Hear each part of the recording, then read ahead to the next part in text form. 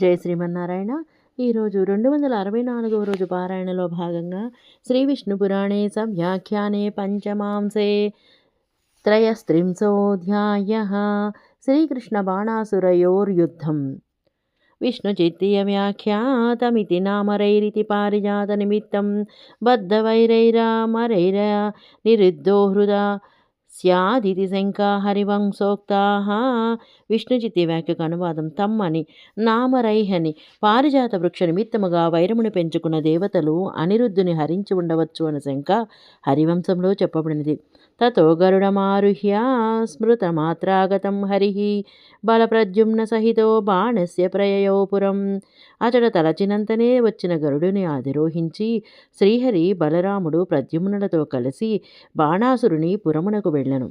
పురప్రవేశే ప్రమదైః యుద్ధమాసీన్మహాత్మనః యయౌ బాణపురాభ్యాసం నీత్వా తాన్ సంక్షయం హరిః. బాణాసురుని పురమున ప్రవేశించు సమయమున మహానుభావుడైన కృష్ణునికి ప్రమదగణములతో యుద్ధము జరిగెను.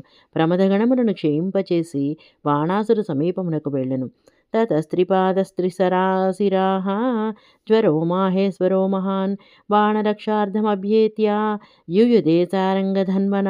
అంతట 3 పాదములు 3 శిరస్సులు కల మహేశ్వర జ్వరము బాణాసురుని రక్షించుటకు వచ్చి శ్రీహరితో యుద్ధము చేసెను. తద్భస్మస్పర్శ సంభూతతాపః కృష్ణాంగసంగమాత్ అవాప బలదేవోపి శ్రమయా మీలితే క్షణః. శివజ్వర భస్మ సంస్పర్శ వలన కలిగిన తాపమును కృష్ణావయవ సంగమము వలన బలరాముడు కూడా కనులు మూసుకొని శ్రమను పొందెను. విష్ణు చిత్తీయ వ్యాఖ్య తద్భస్మేతి తాప కృష్ణాంగ సంగమాద్ అవాప బలదేవోపి శ్రమమామిలీతే క్షణ ఇతి పాఠః. తాపః కృష్ణాంగ సంగమాత్ సమమితి పాఠే అపి శబ్దో న సంగతః. విష్ణు చిత్తి వ్యాఖ్యకు అనువాదం. తద్భస్మ అని తాపః కృష్ణాంగ సంగమాత్ అవాప బలదేవోపి శ్రమమామిలితే క్షణః అని ఏ పాఠముండవలేను. తాపః కృష్ణాంగ సంగాత్ శమం అనే పాఠమున్నచో అపి శబ్దము సంగతము కాదు. తతస్సయుధ్యమానస్తు సహదేవేన సారంగిణ వైష్ణవేన జ్వరేణాశు కృష్ణదేహాన్నిరాకృతః. అంతటా ఆ శివజ్వరము శ్రీకృష్ణునితో యుద్ధము చేస్తూ వైష్ణవ జ్వరముతో త్వరగా శ్రీకృష్ణ దేహము నుండి నిరాకరింపబడినది.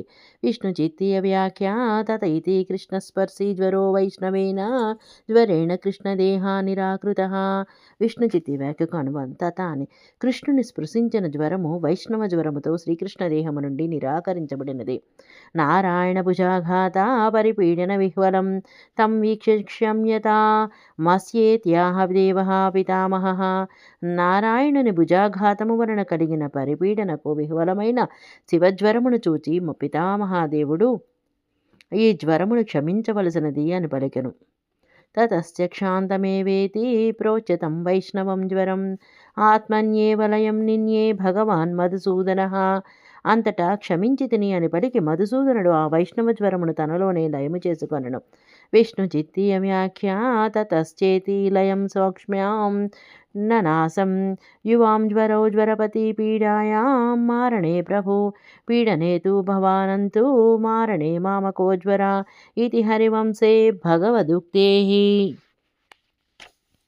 విష్ణు చిత్తి వ్యాఖ్యకు అనువాదం. తతశ్చ అని లయం అనగా సూక్ష్మస్థితి, నాశము కాదు.